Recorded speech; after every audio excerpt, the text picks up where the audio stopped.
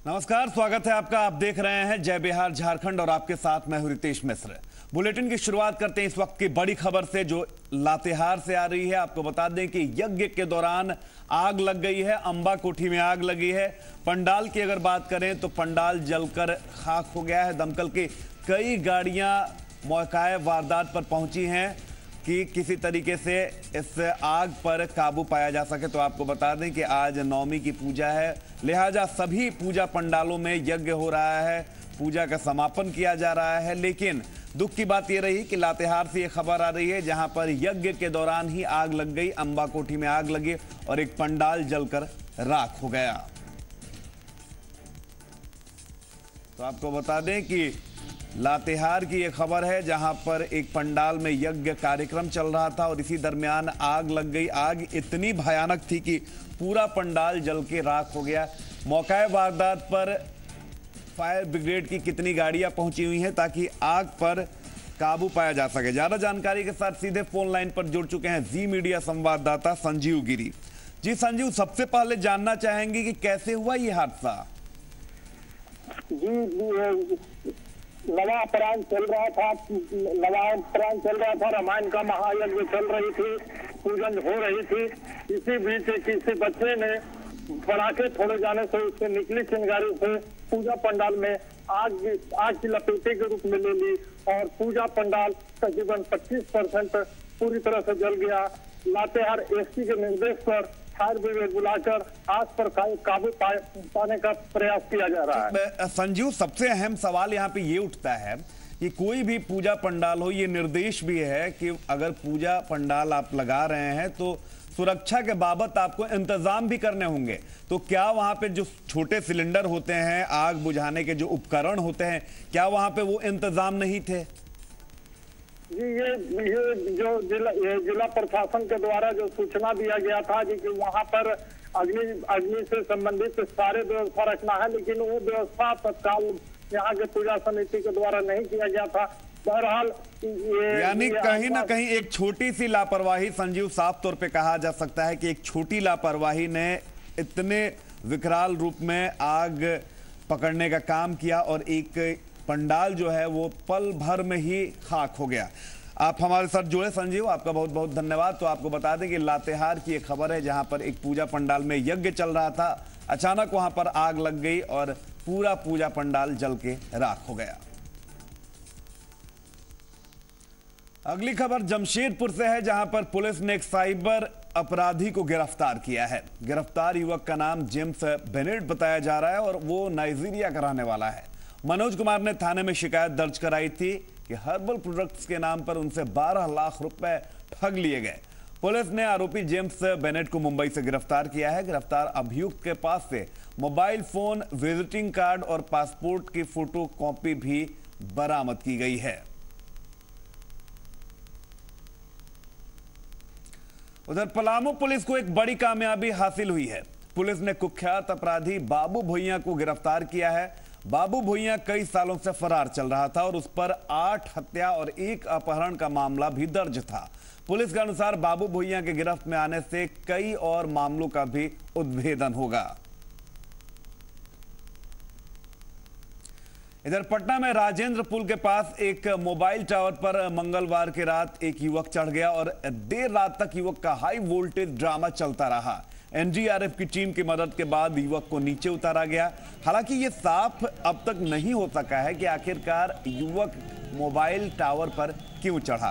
तो आप साफ अपने टीवी स्क्रीन पर देख सकते हैं कि किस तरीके से एक युवक जो है वो मोबाइल टावर के सबसे ऊंचे सिरे पर, सबसे चौंकाने वाली बात है कि मोबाइल टावर के सबसे ऊंचे वाले सिरे पर एक युवक चढ़ गया और इस युवक को देखने के लिए वहां पर लोगों की भीड़ भी इकट्ठी हो गई। अंत में पुलिस को आना पड़ा और पुलिस ने काफी मशक्कत के बाद इस युवक को सकुशल नीचे उतारा। लेकिन हालांकि अभी तक ये साफ नहीं हो सका है कि आखिरकार युवक को क्या परेशानी थी, क्या उद्देश्य था कि वो टावर पे चढ़ गया।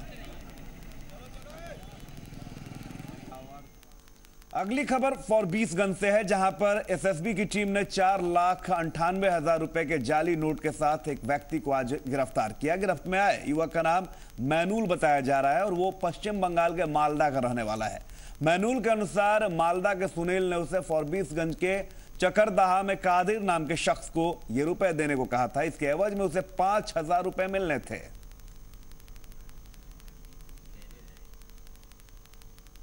और इस वक्त बड़ी खबर सीतामढ़ी से आ रही है। आपको बता दें कि सीतामढ़ी की यह खबर है, जहां पर एक ट्रक और बोलेरो गाड़ी में सीधी टक्कर हो गई है। सीतामढ़ी की यह खबर आ रही है और सबसे इसमें चौंकाने की बात यह रही कि एक व्यक्ति की मौके वारदात पर ही मौत हो जाती है। सीतामढ़ी में एक ट्रक और बोलेरो में सीधी टक्कर हो जाती है। दुख की बात यह होती है कि इस हादसे में एक व्यक्ति की जान चली जाती है। NH 77 की ये पूरी घटना बताई जा रही है। रुन्नी सैदपुर थाना के NH 77 की ये घटना बताई जा रही है। त्योहारों के मौसम में आपको थोड़ी परेशानी उठानी पड़ सकती है, क्योंकि अगले 5 दिनों तक बैंक बंद रहेंगे। बैंक भी ग्राहकों को होने वाली परेशानी से आगाह करने के लिए उन्होंने SMS भेजना शुरू कर दिया है। तो अगर आपको भी कोई काम है तो तुरंत उसे निपटा लें, क्योंकि अगले 5 दिनों तक बैंक का कामकाज यूं ही ठप रहेगा। त्योहारों का रंग फीका कर सकती हैं बैंक की छुट्टियां। आज से 5 दिनों के लिए बंद रहेंगे बैंक। कर ले कैश का इंतजाम, ATM से निकाल ले पैसे। फेस्टिवल सीजन शुरू हो गया है। सरकारी छुट्टियों की वजह से आज से बैंक लगातार 5 दिनों तक बंद रहने वाले हैं। बैंक बंद रहेंगे, लिहाजा ATM से कैश निकालने में भी दिक्कत आ सकती है।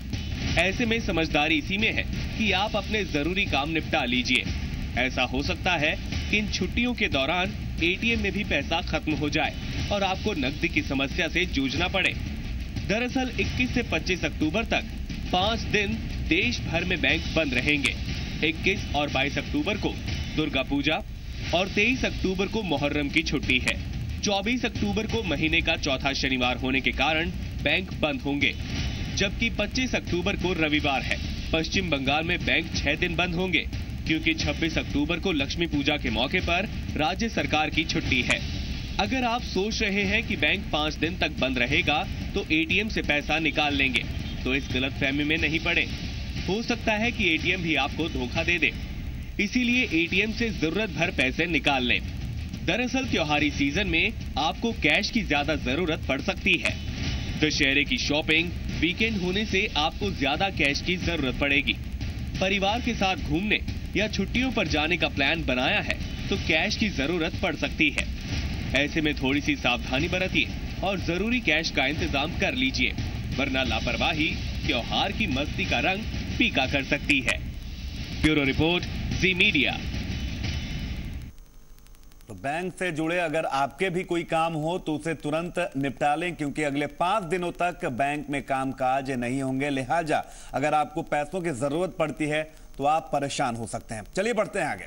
बिहार चुनाव में अभी 3 चरण बाकी हैं, लिहाजा तीनों चरणों के लिए पार्टियों ने चुनाव प्रचार में अपनी पूरी ताकत झोंकने का काम किया है। आज सूबे के मुख्यमंत्री नीतीश कुमार मधुबन, कल्याणपुर और पिपरा में चुनावी सभा को संबोधित करेंगे। वहीं आरजेडी सुप्रीमो लालू यादव की बात करें तो लालू यादव आज इस्लामपुर, नूरसराय, बिहार शरीफ, अस्थावा, हरनौत, मोकामा और फुलवारी शरीफ में चुनावी सभाओं को संबोधित करेंगे।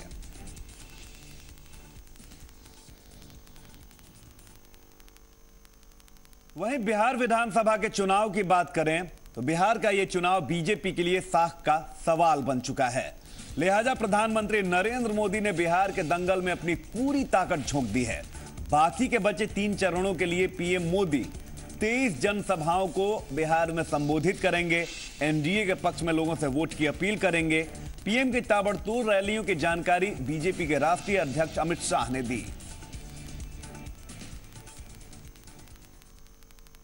बीजेपी के राष्ट्रीय अध्यक्ष अमित शाह ने पटना के दीघा में चुनावी रैली को संबोधित किया।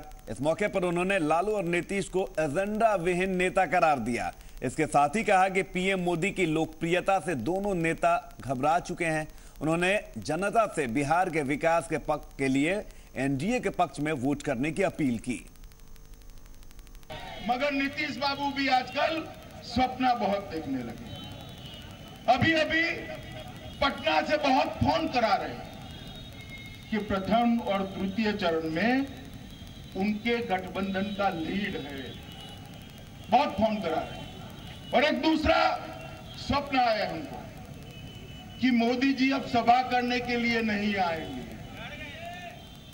अब देखिए, उनको सपने में भी मोदी जी दिखाई पड़ते हैं। नीतीश बाबू अगर जागते हैं तो सुन लीजिए, नरेंद्र मोदी 23 बार इस बिहार की जनता को प्रणाम करने के लिए आने वाले हैं। 23 बार। इस तरह के कब फैलाने से आप बच नहीं सकते, आपका जाना तय है। किसकी पार्टी के नेता है बताइए? आप लालू और नीतीश जी का भाषण देखिए, मेरे से ज्यादा वो मोदी मोदी मोदी मोदी मोदी करते हैं। पूरा भाषण देखिए, मोदी जी मोदी जी मोदी जी मोदी जी। इनको मोदी का फोबिया हो गया है। कोई पानी देता है तो भी मोदी दिखाई पड़ता है, खाना देता है तो भी दिखाई पड़ता है, और नींद में स्वप्न भी मोदी का ही आता है। 1,25,000 करोड़ का पैकेज है और 40,000 करोड़ रुपया अतिरिक्त योजनाओं के लिए। 1,65,000 करोड़ रुपया 3 साल के बिहार के बजट जितना होता है। और नीतीश बाबू और लालू जी का रिएक्शन क्या है? क्या रिएक्शन है? धन्यवाद करने की जगह वो कहते हैं हमें ये पैकेज नहीं चाहिए।